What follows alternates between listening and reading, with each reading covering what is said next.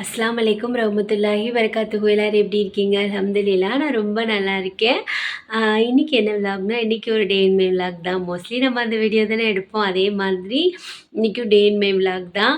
அஃபீனாமாக்கு பார்த்தீங்கன்னா ஃபீவராக இருந்துச்சு. காலையில் வந்துட்டு என்ன செஞ்சுருந்தேன்னா, சும்மா சுடுகஞ்சி மாதிரி வச்சு காலைல பாப்பாவுக்கு அதான் கொடுத்துட்டு டேப்லெட் போட்டு ஸ்கூலுக்கு அனுப்பிச்சிருக்கேன். ஏன்னா எக்ஸாம் ஸ்டார்ட் ஆயிடுச்சு.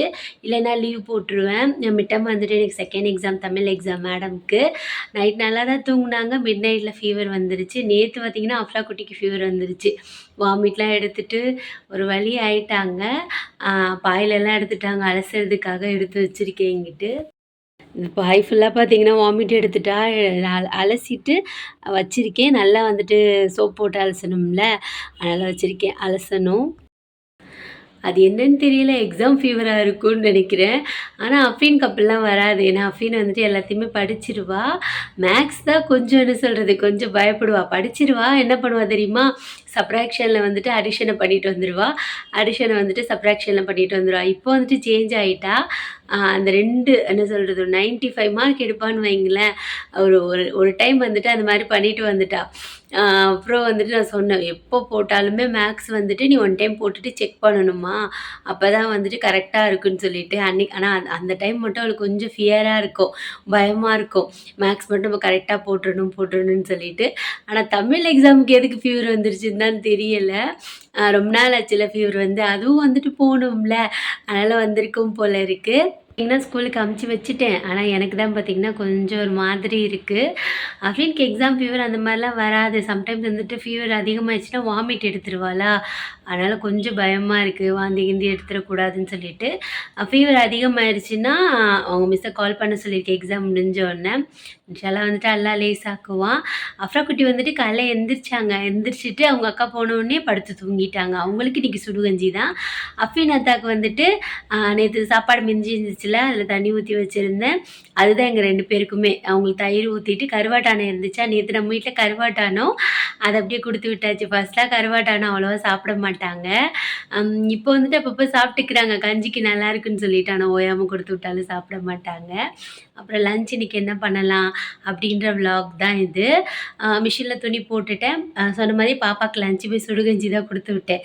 அன்றைக்கி போட்டிருந்த ஷார்ட்ஸ் வந்துட்டு நேற்று எடுத்தது. நான் பாட்டு போட்டுட்ருக்கேன் ஷார்ட்ஸில். ஆனால் பாட்டு அவ்வளோ போடக்கூடாதுன்னு வந்துட்டு இருக்குது. நம்ம வாய்ஸ் ஓவர் தான் கொடுக்கணும். இன்ஷால்லாம் வந்துட்டு வாய்ஸ் ஓவர் கொடுக்கணும். எனக்கு டைம் இல்லாதனால தான் நான் பாட்டை போட்டுட்ருந்தேன். இப்போ வந்துட்டு நம்ம வீட்டில் டே எப்படி இருக்குன்னு சொல்லிட்டு பார்க்கலாம். மஃப்ரா குட்டி அழகாக தூங்கிட்டு இருக்காங்க. ஆனால் ரூம் கதவெல்லாம் மூடிட்டு தான் நான் உங்ககிட்ட பேசிகிட்டு இருக்கேன். கல்யாண நாள் பார்த்திங்கன்னா அலமதுலில்லாஹ் நல்லபடியாக போச்சு. சிஸ்டர் கேட்டிருந்தாங்க, ஏன் சிஸ்டர் நீங்கள் சல்வார் எல்லாம் போட மாட்டிங்களா அப்படின்னு சொல்லிட்டு கேட்டிருந்தாங்க.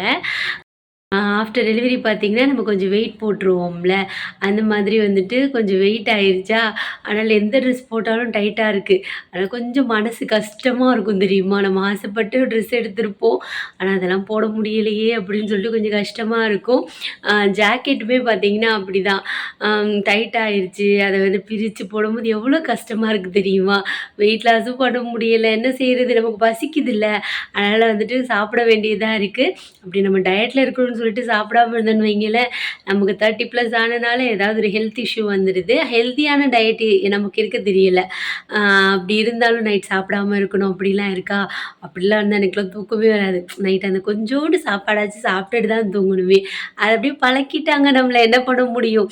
இன்ஷால்லா வந்துட்டு நடக்கிறது அந்த மாதிரி ஏதாச்சும் ஒன்று பண்ணணும். அதனால தான் பார்த்திங்கன்னா அந்த சுடிதார்லாம் பத்த மாட்டேங்குது. என்னத்தை சொல்கிறது, உண்மையாக சொல்ல போனால் அதுதான் ரீசனு. சுடிதார்லாம் பத்தலை. இப்போ எடுத்ததெல்லாம் கொஞ்சம் பெருசாக எடுத்திருக்கேன். எக்ஸ்எல் அந்த மாதிரி, டபுள் எக்ஸ்எல் அந்த மாதிரி கூட எடுப்பேன். என்ன உண்மையாக சொல்லணும்ல, ஃபஸ்ட் எடுத்த டாப்பெல்லாம் குட்டியானனால அவ்வளோவா போடுறதில்ல. நம்ம பெண்ணை உணர்றது இந்த நைட்டி தான். நைட்டியும் ஆல்மோஸ்ட் சொன்ன மாதிரி தலையெல்லாம் எங்கே சீவுறது, எடுத்துக்கொண்டே போட்டோமா நம்ம வேலையை பார்த்தோமான்னு தான் இருந்துகிட்ருக்கோம். மோஸ்ட்லி நிறையா ஹவுஸ் ஒய்ஃப் அப்படி தான் இருப்பாங்க. நம்ம வெளியில் போகிறதா இருந்தால் தான் தலை சீவுறன்ற எண்ணமே வருது. எங்கள் அம்மா சொல்லுவாங்க, சாயங்காலம் ஆயிடுச்சே ஒரு தலையை சீவுவோம், சேலையை கட்டுவோம், அதெல்லாம் கிடையாது. ஆனால் பெருநாளைக்கு மட்டும் சேலை வாங்கிக்கிறாளுங்க, சுடிதார் வாங்கிக்கிறாளுங்க, காசும் வாங்கிக்கிறாளுங்க, என்னத்தை சொல்லன்னு சொல்லிட்டு இருப்பாங்க. அப்படின்னு தான் சொல்லுவாங்க, பேசாமல் சாரீ கடை வைக்கலான்னு இருக்கேன், உனக்குலாம் எதுக்கு சாரீ அப்படின்னு சொல்லுவாங்க. எல்லா ஹஸ்பண்டும் மோஸ்ட்லி இப்படி தானே சொல்லுவாங்க. வாங்கி வாங்கி அடுக்கி வைக்கிறாளுங்க, ஒன்றும் கட்ட மாட்டுறாளுங்க, அப்படி தான் சொல்லுவாங்கல்ல, அந்த மாதிரி தான். கொஞ்சம் வெயிட் ஆனனால தான் சிஸ்டர் எனக்கு அந்த ட்ரெஸ் எல்லாம் போட முடியல. இனிமே டபுள் எக்ஸ்எல், எக்ஸ்எல் அந்த மாதிரி எடுத்து தான் போடணும். ஆ எள்ளு எப்படா வரும்ன்னு சொல்லிட்டு மனசு என்ன சொல்றது ஏங்குது. பட் என்ன பண்ண முடியும்? நம்ம வாய கண்ட்ரோல் பண்ண முடியல. ஏன்னா நமக்கு பசிக்குதா, அதனால வந்துட்டு சாப்பிட்டுர்றோம். இப்போ வந்து ஸ்வீட் கிரேவிங்ஸ் அஃப்ரா குட்டி பொறந்ததுலேருந்தே நான் ஸ்வீட் நெறைய சாப்பிட ஸ்டார்ட் பண்ணிட்டேன். அதுக்கு முன்னாடி காரம் தான் எனக்கு ரொம்ப பிடிக்கும். ஆனா நம்ம அஃப்ரா குட்டி வந்துட்டு ப்ரெக்னென்ட்டா இருந்தப்பயே எனக்கு நல்ல ஸ்வீட்டு இஷ்டமா இருந்துச்சு. நல்லா சாப்பிட்டுட்டு இப்போ ப்ரௌனி வேற அப்பப்போ நம்ம செய்கிறோமா, அதுலேயும் வேற எடுத்து சாப்பிட்டுக்கிறோம்ல. அப்படியே சீட்டிங் பண்ணுறனால தான் இப்போ வெயிட் ஆகுது. ஆனா நான் நடந்தேன்னா நல்லா வெயிட் லாஸ் ஆகும். அது எனக்கு தெரியும். ஆனா இங்க நடக்க முடியல. வீட்ல வேலை கொஞ்சம் கரெக்ட்டா இருக்கு. கொஞ்சம் அஃப்ரா குட்டிய ஸ்கூலுக்கு அனுப்பிச்சுட்டு தான் நம்ம வந்துட்டு நல்லா ஃபிட் ஆகி அழகான ட்ரெஸ்லாம் போடணும்னு எனக்கும் ஆசையா தான் இருக்கு. என்னத்த பண்றது? கொஞ்சம் வெயிட் லாஸ் பண்ணணும். அஃப்ரீன் கூட இப்போ ஸ்விக்கிலாம் ஓட்டி நல்லா வெயிட் லாஸ் ஆயிட்டாங்க. நான் தான் பார்த்தீங்கன்னா குண்டாயிட்டேன். இன்ஷா அல்லாஹ் வந்துட்டு வெயிட் லாஸ் பண்ணணும். உங்களுக்கு ஏதாச்சும் டிப்ஸ் தெரிஞ்சா சொல்லுங்க. இன்ஷா அல்லாஹ் வந்துட்டு ட்ரை பண்ணி பார்த்துட்டு வெயிட் லாஸ் ஆகுதான்னு சொல்றேன். அதனால தான் சிஸ்டர் போடுறது கிடையாது. சாரி வந்துட்டு ஓரளவுக்கு நம்ம அட்ஜஸ்ட் பண்ணி கட்டிர்லாம். சாரில எந்த ப்ராப்ளமும் இல்ல. ஏன்னா ப்ளவுஸ்ல எக்ஸ்ட்ரா ஸ்டிச் வச்சு தான் தச்சிருப்போம்ல. அதனால அத பிரிச்சுட்டு அப்படியே கட்டிக்கிறது. சரி நம்ம வீடியோக்குள்ள போலாம். இன்னைக்கு நம்ம என்ன குக் பண்ண போறோம்ன்னு சொல்லிட்டு, எனக்கும் கொஞ்சோண்டு கஞ்சி இருக்கு. அத அப்படியே சாப்பிட்டுட்டு கருவாட்டானும் இருக்கு. பார்த்தீங்கன்னா, கருவாட்டு குழம்பு இருக்கு. அத வச்சு சாப்பிட்டுக்கிருவேன். காலையில போட்ட டீ கொஞ்சம் இருக்கு. அத அப்போ கொஞ்ச நேரம் கழிச்சு சூடு பண்ணி குடிச்சுக்கிருவேன். அவ்வளோதான். அப்பதான் கொஞ்சம் அது பாருங்க, அதுவும் பார்த்தீங்கன்னா காரணம் தான். அப்பப்போ நான் டீ வேற குடிக்கிறேன். அதெல்லாம் கூட வெயிட் போடுறதுக்கு ஒரு ரீசன் தான். டீ, சாப்பாடு என்ன சொல்றது? சாப்பாடு சாப்பிடாம இருக்க முடியலையே! சில பேரு நல்லா டயட்ல இருக்கிறவங்க சாப்பாடு அவ்வளவா கம்மி பண்ணிக்கிறாங்க. ஃபர்ஸ்ட்லாம் நான் கூட கொஞ்சமா சாப்பிட்டுட்டு அப்படிதான் இருந்தேன். இப்ப என்னன்னு தெரியல. நைட் சாப்பிடாம இருந்தா தூக்கம் வர மாட்டேங்குது. நான்லாம் ஸ்கூல் படிக்கும்போது ஒரே ஒரு சப்பாத்தி சாப்பிட்டுலாம் தூங்கிருவேன். ஏன்னா நம்ம குண்டாயிருவோம், ஃப்ரெண்ட்ஸ்லாம் கிண்டல் பண்ணுவாங்க அப்படின்னு சொல்லிட்டு. இப்போ ஃப்ரெண்டு ஒருத்தி வேற வீடியோ போட்டிருந்தா. என் க்ளோஸ் ஃப்ரெண்ட் ஸ்கூல் டைம்ல எனக்கு ரொம்ப க்ளோஸு. என் வீடியோ ரெகுலரா பார்க்குறாங்கன்னா தெரிஞ்சிருக்கும். என் ஃப்ரெண்ட்ஸ் யாராச்சும் பார்க்குறாங்கன்னா தெரிஞ்சிருக்கும். அவ வேற நான் வீடியோ பார்ப்பேன். இன்ஸ்டால மட்டும் தான் போடுவாளா. அவ ஜிம்முக்குலாம் போய் வெயிட் லாஸ் பண்ணி வச்சிருந்தாளா. நான் சொன்னேன் ஹஸ்பண்ட் கிட்ட, வீரர்கிட்ட சொன்னேன், "எப்போ பார்த்தியா வெயிட் லாஸ் பண்ணியிருக்கா?" அப்படின்னா. நானும் வெயிட் லாஸ் பண்றேன் ஜிம்முக்கு சேர்த்து. அதுக்கு வேற இப்போ நான் வண்டி ஓட்டணுமா? அப்படின்னு சொல்லிட்டு இருந்தாங்களா. இல்ல சும்மா சும்மா சொன்னேன் அப்படின்னு சொல்லிட்டு விட்டேன். ஆனா நடந்தாலே வெயிட் லாஸ் ஆகும். வெயிட் லாஸ் ஆனோன்னு வைங்களேன், ஒரு கான்ஃபிடென்ட் இருக்கும். நம்ம எந்த ட்ரெஸ் போட்டாலும் ஒரு மாதிரி நமக்கே ஒரு எப்படி சொல்றதுன்னு தெரியலையே, ஒரு மாதிரி அ நமக்கே ஒரு கான்ஃபிடென்ஸ் இருக்கும். நம்ம ட்ரெஸ் கம்ஃபர்டபுளா இருக்கும் அப்படின்னு சொல்லிட்டு.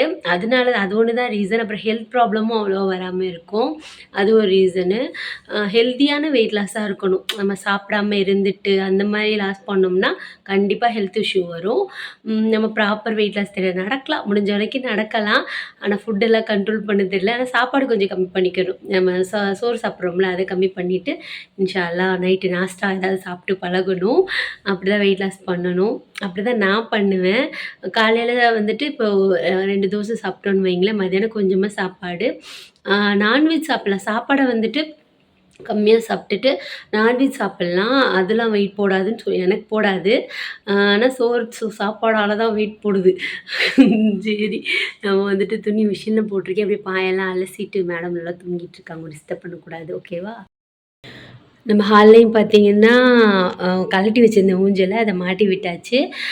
துணியெல்லாம் காஞ்சோனே எடுக்கணும். மழை பெய்யறனால துணி காயறதுக்கு கொஞ்சம் லேட் ஆகுது. இல்லன்னு வைங்களேன், சாயங்காலம் போட்டா காலையில எடுத்துருவேன். இருந்தாலும் வெயில்ல போடுறது தான் நல்லது. நம்ம குழந்தைங்க ட்ரெஸ்ஸுனால வெயில்ல போட்டா தான் நல்லது. என்ன பண்றது? மேல 3வது மாடிக்கு போணும். அஃப்ரா குட்டியும் சேர்ந்து வந்துர்றனால நான் இப்படி வீட்டுக்குள்ளேயே போட்டுக்கிறேன். மேடம் பார்த்தீங்கன்னா, இந்த ரூம்ல தூங்கிட்டு இருக்காங்க. நான் மூடி வச்சிருக்கேன்.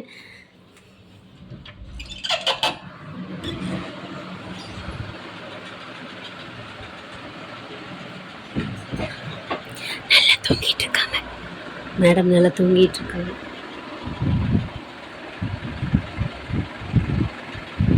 நல்லா தூங்கிட்டு இருக்காங்க. அப்படியே பின்னாடி வந்துருவோம். அஃப்ரா குட்டி வந்துட்டு நல்லா தூங்கிட்டு இருக்காங்க. அவங்க தூங்கும்போதே நம்ம ஒவ்வொரு வேலையா செஞ்சிடலாம். 2 டேஸா பார்த்தீங்கன்னா, நான் சொன்ன மாதிரி அவ்வளோ வீடியோ எடுக்கல. அந்த கல்யாண நாள் எடுத்த வீடியோ ஒரு 3 வீடியோ போட்டு வச்சுட்டேன். யார் யார் திட்ட போறாங்களோ, போட்ட வீடியோவ போட்டுட்டு இருக்கம்மான்னு சொல்லிட்டு. சரி வீடியோ இல்லை நம்மளும் மேனேஜ் பண்ணணும்ல, அதனால் அப்படியே போட்டுட்டேன். இன்னைக்கு என்ன குக் பண்ணலான்னு தெரியல. அது குக் பண்ணுறத வந்துட்டு யோசிக்கிறது இருக்குது பார்த்தீங்களா, அந்த மாதிரி ஒரு கடுப்பான விஷயம் எதுவுமே இல்லை. என்ன வைக்கிறது, என்ன குழம்பு வைக்கிறது, சொல்லவும் மாட்டாங்க. நீ எது வச்சாலும் நான் சாப்பிடுவேம்மா அப்படின்னு சொல்லிட்டு போயிடுவாங்க. சொல்லிட்டு போனால் அதையாச்சும் செய்யலாம், அதுவும் சொல்ல மாட்டேங்கிறாங்க. என்ன பண்ணுறது, ஹவுஸ் ஒய்ஃபாக இருக்கிறதே பெரிய ரிஸ்க்கு. என்ன சொல்கிறது, அதுவும் ஒரு என்ன சொல்கிறது பெரிய ஜாப். என்னால் சேலரி வாங்கலான்னு இருக்கேன்.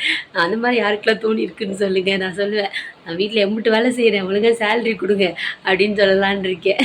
ஐயோ என்ன பண்ணுறது, என்ன குழம்பு வைக்கிறதுன்னு தெரியலை. ஏதாச்சும் ஒரு குழம்பு வைப்போம், நம்மளாம் ஒரு பேரை வச்சு ஒரு குழம்பு வைப்போம். நமக்கு தெரிஞ்சு சாம்பார், புளிக்குழம்பு, ரசம், அப்புறம் மோர் குழம்பு.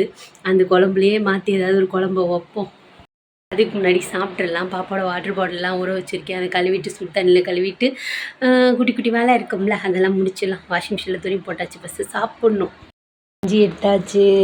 இதெல்லாம் நம்ம அடுப்பில் படுற காயங்கள், வீர தழும்புகள் இதெல்லாம். கஞ்சி எடுத்துக்கிட்டேன். அதுக்கு வந்துட்டு கருவாட்டானம் அதுக்குள்ளே பச்சை மிளகாலாம் வச்சுருக்கேன். இந்த கிண்ணம் ஏன் இப்படி இருக்குன்னா, நம்ம அவசரத்தில் அப்படியே எடுத்து அடுப்பில் சூடு பண்ணிடுவோம்ல, அதில் கலர் சேஞ்ச் ஆகுது. எங்கள் அம்மாலாம் திட்டுவாங்க, ஒரு கிண்ணத்தை கூட விட மாட்டேங்கிறாளுங்க, அடுப்பில் வச்சு சூடு பண்ணி அதையே கேவலப்படுத்திடுறாங்கன்னு சொல்லிட்டு. கருவாடெலாம் போட்டிருக்கேன், பச்சை மிளகாலாம் இருக்குது பார்த்தீங்களா, சூப்பராக. அன்றைக்கி வந்துட்டு பழைய கஞ்சியோட டேஸ்ட்டே ஒரு டேஸ்ட்டு தான். மோர் மிளகா, தயிர் அது போட்டு சாப்பிட்டோன்னு வைங்களேன், செம்ம டேஸ்ட்டாக இருக்கும். யாருக்கெல்லாம் பிடிக்குன்னு சொல்லுங்கள். அப்புறம் கருவாட்டானோடும் அப்புறம் கருவாடு சுட்டுலாம் எங்கள் சாப்பிட்ருக்கோம். நாங்கள் சின்ன பிள்ளையில எங்கள் பிரேக்ஃபாஸ்ட்டாகவே இது தான் இருந்திருக்கு. எங்கள் அம்மா காட்டுக்கு போயிடுவாங்களா, கஞ்சி இருக்கும், கருவாடு சுட்டு வச்சுட்டு போவாங்க, அதை சாப்பிட்டுட்டு நான் ஸ்கூலுக்கு போயிடுவேன். மத்தியானம் பார்த்திங்கன்னா சத்து மாவுன்ட்டு பார்த்தீங்களா, சத்து மாவு சேல்ஸ் பண்ணுறனால சத்து மாவுன்னு சொல்கிறேன். மத்தியானம் பார்த்திங்கன்னா சத்துணவு கொடுப்பாங்கல்ல, அங்கேயே சாப்பிட்டுக்கிடுவேன். அம்மா வர்றதுக்கு ஈவினிங் 5 மணி ஆயிரும். அண்ணன் வந்துட்டு ஸ்கூலுக்கு போயிடுவாங்க. அவ்வளோதான், அது சாப்பிட்டு தான் வளர்ந்தேன். அப்புறமா நான் இங்கே சென்னைக்கு வந்ததுக்கப்புறமா தான் அந்த சாப்பாடு கட்டி கொடுக்குறது அந்த மாதிரியெல்லாம் ஆச்சு. ஊரில் இருக்கிற வரைக்கும் நான் அப்படி தான் சாப்பிட்டோம்.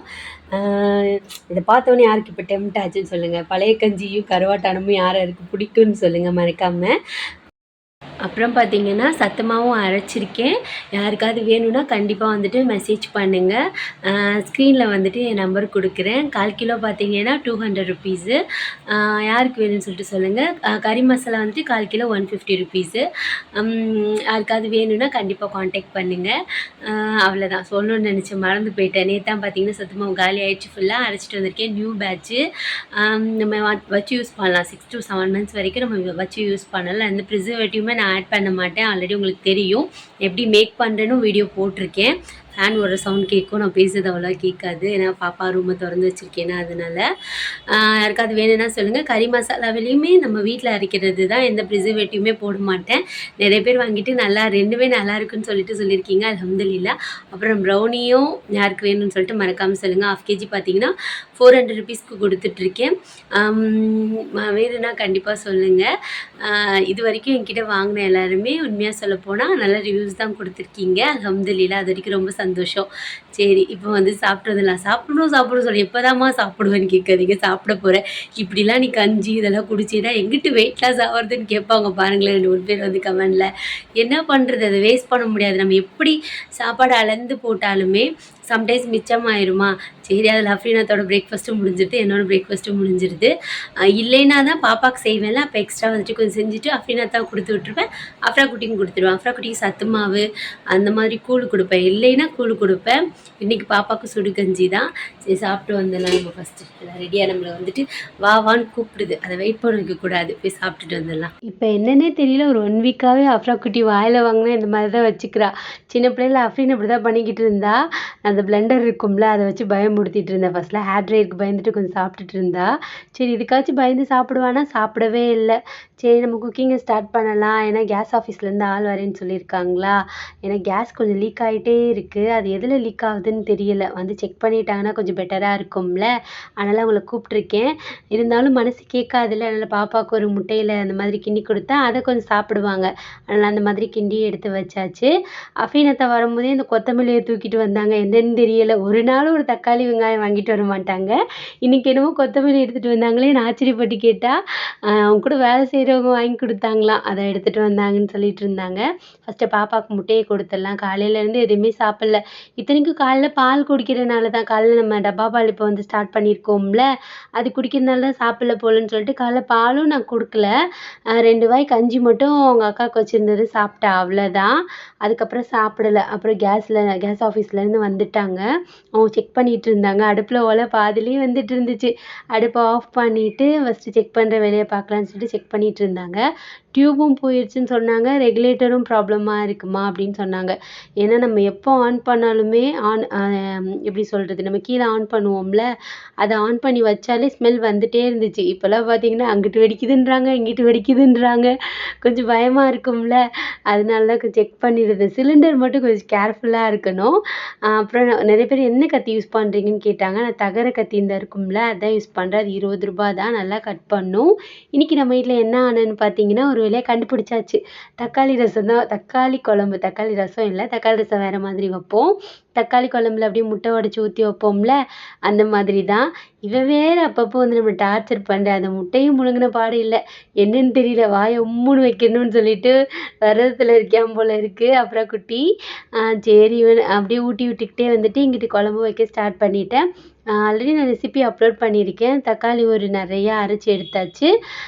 எண்ணெயில் வந்துட்டு கடுகு உளுந்த பருப்பு வெடிச்சதுக்கப்புறமா ஒரு பெரிய வெங்காயம், கொஞ்சமாக இஞ்சி பூண்டு பேஸ்ட்டு, கொஞ்சம் கொஞ்சம் மஞ்சள் பொடி, கொஞ்சம் மிளகா பொடி அதெல்லாம் போட்டுட்டு வதக்குனதுக்கப்புறமா நம்ம அரைச்சி வச்சுருக்கோம்ல தக்காளி, அதை ஊற்றிட்டு கடைசியில் முட்டை உடச்சி ஊற்றிட்டோம்னா வேலை முடிஞ்சிருச்சு. லாஸ்ட்டாக பெப்பரு, கொத்தமல்லி தழை, கருவேப்பிலை போட்டு இறக்கிட்டேன், அவ்வளோதான். இங்கிட்டு வாஷிங் மிஷினில் துணியும் துவைச்சிட்டு அந்த இடத்தையும் கழுவி விட்டுட்டேன். இவன் எங்கிட்டு போனாலும் நம்மளை விட மாட்டா போல இருக்குது. ஏதாச்சும் ஒரு எடுத்து கேட்குற ரியாக்ஷனை பாருங்களேன். நான் கேமரா எடுக்குதுன்னு மேடம்க்கு நல்லா தெரியும். அப்படியே ஸ்லோ மோஷனில் எடுத்துகிட்டு வராங்களாம். என்னென்ன பண்ணுறாங்க பார்த்தீங்களா? இங்கிட்டு பார்த்தீங்கன்னா நம்ம தக்காளி குழம்பு சூப்பராக ரெடி ஆயிடுச்சு. இதுக்கு தொட்டுக்கிறதுக்கு காலிஃப்ளவர் தான் ஃப்ரை பண்ண போகிறேன்னா, அதையும் கட் பண்ணிவிட்டு சுடுதண்ணியில் போட்டு வச்சுட்டேன். ஏன்னா அதில் புழு இருக்கும்ல, அதனால தான். இவன் கொஞ்சம் கூட என்னை டிஸ்டர்ப் பண்ணாமல் இருக்க மாட்டேங்கிறான். நான் ஏதாவது ஒரு வேலை செஞ்சேன்னு வைங்களேன், ஏதாவது எடுத்துக்கிட்டுட்டே இருக்கா. என்னோடய சின்ன மாமியாராக இருப்பா போல இருக்கு இவ. மோஸ்ட்லி எல்லோரும் அப்படி தான் சொல்லுவாங்க, உங்கள் மாமியார் உன் கூட இல்லைன்னு நினைக்காதம்மா, அப்புறம் குட்டிக்கு அதுக்கு பதிலாக தான் பிறந்திருக்காங்க அப்படின்னு சொல்லுவாங்க. அது என்னமோ நம்ம கடைக்குட்டினாலே கொஞ்சம் வாழை தான். எப்பயும் போல தான் நம்ம காலிஃப்ளவர் வந்துட்டு பொரிக்கிறதுக்கு அரிசி மாவு, கடலை மாவு, கார்ன்ஃப்ளவர் மாவு, மிளகா பொடி, இஞ்சி பூண்டு பேஸ்ட்டு, கொஞ்சமாக ஃபுட் கலர் ஆட் பண்ணியிருக்கேன் நான். அதெல்லாம் போட்டு நல்லா மிக்ஸ் பண்ணி ஒரு ஓரமாக வச்சாச்சு. கொஞ்ச நேரம் ஆனதுக்கப்புறமா ஃப்ரை பண்ணோம்னா நல்லாயிருக்குமா. இப்படி ஃப்ரை பண்ணும்போது மசாலா வந்துட்டு உதிராது. அதனால தான் ஆல்ரெடி நான் ரெசிபி அப்லோட் பண்ணனால வீடியோ எடுக்கலை, திருப்பி அப்லோட் பண்ண வேணான்னு சொல்லிட்டு.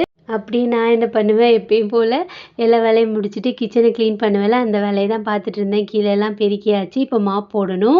2 கொத்தமல்லி தழை பார்த்தீங்கன்னா கரெக்டாக தெரியுது பார்த்தீங்களா, க்ரீன் கலரில் விழுந்து. பாக்ஸ் எல்லாம் தொடச்சிட்டு முடிச்சிட்டேன். அப்படியே கையோட கையாக மாப் போட்டு முடிச்சிட்டோன்னு வைங்களேன், நம்மளும் குளிச்சுட்டு நமாஸ் படிக்க கரெக்டாக இருக்கும். டைம் இப்போயே பார்த்தீங்கன்னா 1:30 கிட்ட ஆயிடுச்சு. மேடம் இருக்காங்கல்ல, அவங்களையும் குளிக்க வைக்கணும். அதனால் கடகடன்னு மாப் போட்டுக்கிட்டு இருந்தேன். இங்கே பார்த்தீங்களா வந்துட்டா பார்த்தீங்களா, சரியான டிஸ்டர்பன்ஸாக இருப்பா போல இருக்குது. என்ன பண்ணுறது, கைக்குள்ளே ஓடுறது, காலுக்குள்ளே ஓடுறது, அதுதான் மேடமோட வேலை. ஆனால் அவங்க இல்லைனாலும் ரொம்ப கஷ்டம். ஒரு நாள் எனக்கு உடம்பு முடியலன்னு எங்கள் அம்மா வீட்டுக்கு அமுச்சு வச்சுட்டு நான் பட்ட பாடு இருக்குது பாருங்களேன். இந்த வீட்டில் ஏதோ யாருமே இல்லாத மாதிரி, அப்பா அப்படியே என்ன சொல்கிறது, அந்த மாதிரிலாம் இருக்கவே முடியாது. இவ்வளோ பெரிய வீட்டிலலாம் தனியாக இருந்தோன்னு வைங்களேன், அதுவே பெரிய ஸ்ட்ரெஸ் ஆயிரும். மேடமையும் நல்லா குளிக்க வச்சுட்டு அவங்களுக்கு ஐடி இருக்கும்ல, அதுதான் போட்டு விட்டுருந்தேன். அதை பார்த்துட்டு இருந்தேன். நான் எல்லோரும் உப்பா கொடுக்குறேம்மா அப்படின்னு சொல்லிட்டு மேடம் உப்பா கொடுத்துட்டு இருந்தாங்க. உடனே அவங்க என்ன சொல்கிறது, ஒரு நல்ல மூடில் இருந்து, அம்மா வீடியோ எடுங்கம்மா, நான் சலாம் சொல்கிறேன் அப்படிலாம் சொல்லுவாள். அஃப்ரீனாத்தாவும் வந்துட்டாங்க. கொஞ்சம் மழை மேகமாக இருந்துச்சா, ஆர்டரும் இன்றைக்கி ரொம்ப ஸ்லோவாக இருந்துச்சுன்னு சொல்லிட்டு வந்துட்டாங்க. அவங்க தூங்கிட்டு இருக்கிறதுக்குள்ளே நானும் பாப்பாவும் குளிச்சுட்டு நமாஸ் படிக்க ரெடி ஆகிட்டோம். ஊஞ்சல் வந்ததுலேருந்து எனக்கும் உட்காரணும் ஆசையாக இருக்கும்ல. இவளுங்க 2 பேர் இருந்தாலுங்கன்னு வைங்களேன், அதுலேருந்து எந்திரிக்கவே மாட்டேங்கிறாங்க. அதுவும் அஃப்ரீன்னு சொல்லவே வேணாம். அவள் எப்பவுமே சேரில் உட்காருவா, இல்லைன்னா என்ன சொல்கிறது, இந்த உயரமான இடத்துல உட்கார்றது தான் அவளுக்கு பிடிக்கும். ஊஞ்சல் வந்ததுலேருந்து மேடம் அதில் தான் உட்கார்றது, அதில் தான் சாப்பிட்றது, அதில் தான் ஹோம்ஒர்க் எழுதுறதுன்னு பண்ணிக்கிட்டு இருக்கா. என்னம்மா பண்ணணும், அல்லாஹ் தொழுலம்மாடி. எப்படி நீ தொழுகுவியாடி, நீனு அம்மா கூட தொழுகுவியா? இப்போ என்ன பண்ணணும்? அல்லாஹ் அக்பர்னு தொழுகணும். என்னம்மா டைம் ஆயிடுச்சு. ஆமாம் 2 மணி ஆயிடுச்சு. என்னம்மா 2 மணி ஆயிடுச்சா? சரி வா தொழுகுவோம் வா. நீ வரியா? ஷால் போட போறியா? ம். ஆ சொல்லு.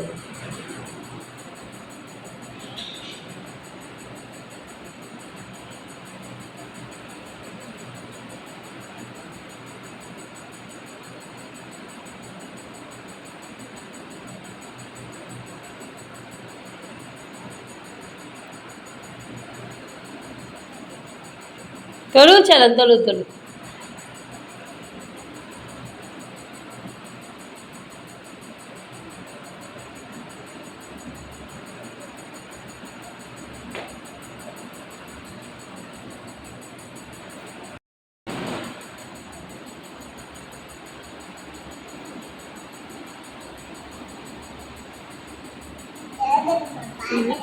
ஆ பார்க்கலாம் பார்க்கலாம்.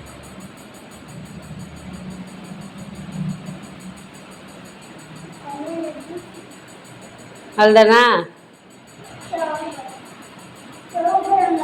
ம்.